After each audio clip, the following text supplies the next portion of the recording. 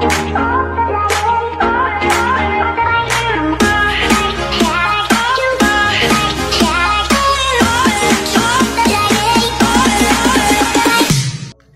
bonjour à tous. Dans cette vidéo, nous allons parler de la notion de composite. Donc, l'échantillonnage sous forme de composite. Alors, c'est quoi l'échantillonnage sous forme de composite? Alors, je vais faire simple. Donc, vous le savez, moi, sur cette chaîne, l'objectif est de démocratiser la connaissance. Démocratiser la connaissance. Donc, je vais faire très simple. En matière de composite, on parle de composite lorsque on va prendre deux niveaux d'échantillon, donc deux profondeurs ou plus, d'accord, qu'on va mélanger. C'est ça le composite. C'est-à-dire, on va faire un échantillon à partir de 2-3 avec en tenant compte de 2-3 mètres. Ou bien, ça va dépendre de combien de mètres vous voulez prendre, mais on va faire un échantillon, c'est-à-dire, je fais par exemple 3 mètres, ou bien 4 mètres. Je vais prendre, au lieu de prendre 4 échantillons, je vais prendre par exemple 2. C'est-à-dire, je vais mélanger le premier mètre et le deuxième mètre pour en faire un seul échantillon. Donc, je vais prendre un seul échantillon. Je les mélange et je prends un seul. Et le troisième mètre et le quatrième mètre, je les mélange et je prends un seul échantillon. C'est ça le composite. Maintenant, pourquoi est-ce qu'on fait un composite? Alors, on fait d'abord un composite lorsque on est je dirais à un stade moins avancé du programme en question. Par exemple, faire des composites en RC, ça n'a pas de sens. Mais on peut faire des composites en Auger, on peut faire des composites en Aircore, par exemple.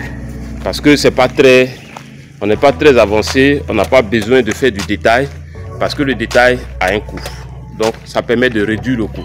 C'est-à-dire, au lieu de 4 échantillons que je vais envoyer au laboratoire, je vais envoyer maintenant 2 échantillons. C'est vrai, l'information que je vais avoir va être une information grossière, c'est-à-dire pas détaillée, mais au moins, je vais avoir une information qui va me dire si quelque chose existe ou pas. Donc là, je suis dans mon quartier, il est exactement 6h35. Je vous fais cette petite vidéo rapide avant d'aller m'asseoir et travailler. Alors, donc, on va faire, disons, le composite, c'est le fait de mélanger des échantillons, donc des niveaux d'échantillons, pour en faire un seul. Donc, par exemple, j'ai pris un trou de hauteur, par exemple, de 4 mètres. Au lieu d'avoir 4 échantillons, je vais avoir uniquement, je dirais, 2 échantillons. C'est que je prends le niveau 1, c'est que le premier mètre et le deuxième mètre, je mélange, je fais un échantillon.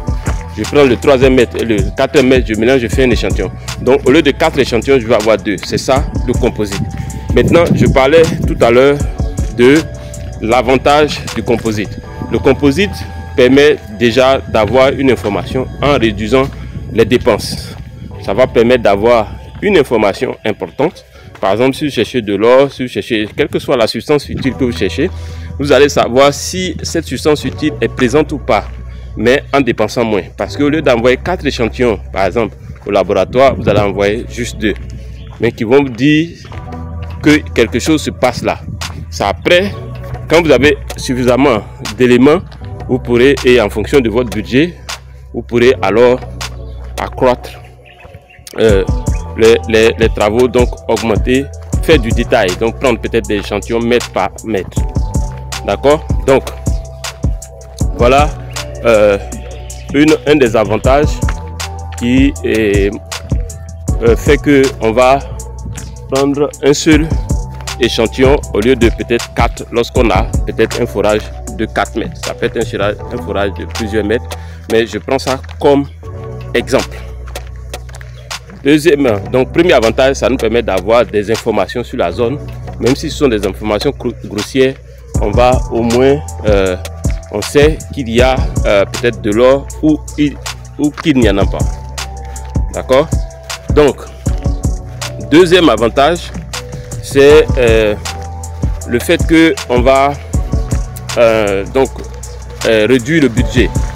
Donc en termes de budget, ça va nous demander moins de budget lorsqu'on fait du composite que lorsqu'on fait du détail. D'accord? Donc, notez que les compagnies dans un premier temps ne savent rien. Donc, au fur et à mesure, ils vont préciser les informations. Donc, ils vont essayer de limiter les dépenses.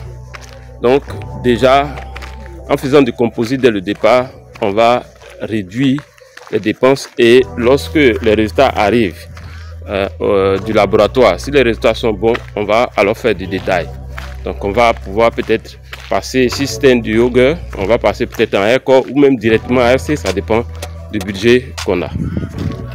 Donc, les 3 avantages que je voulais donner, le premier, je l'ai déjà donné, j'ai dit que ça nous permet de réduire le nombre d'échantillons envoyés au laboratoire, mais en ayant aussi, mais tout en ayant l'information qui nous intéresse. Deuxième chose, ça permet de préserver le budget, donc d'optimiser le budget. Et la troisième chose, en termes de composite, ça va faciliter par exemple le logging. D'accord? Donc si j'ai 2 trous à décrire, je vais en termes de logging, mais d'ailleurs on peut décrire tout le trou mètre après mètre. D'accord? Mais le composite, l'échantillon composite va me permettre de savoir que dans mon composite, j'ai mélangé par exemple tel horizon et telle zone et disons tel mètre et tel mètre, et globaliser, si vous voulez, la description de ce composite. Donc vous allez avoir 2 éléments que vous mettez ensemble. Donc décrivez un seul échantillon en intégrant les éléments de 2 échantillons en réalité. Alors, donc voilà un peu l'importance des composites. Donc quand vous faites un échantillon de mine, voilà un peu ce que c'est que le composite. Donc l'idée était de définir c'est quoi le composite, donc un échantillon composite, et quels sont les avantages, les quelques avantages. Donc j'en ai donné 3 petits avantages concernant le composite. Si cette vidéo vous a plu, faites-moi un gros like, abonnez-vous à la chaîne et on se retrouve dans une prochaine vidéo. Merci, à très bientôt.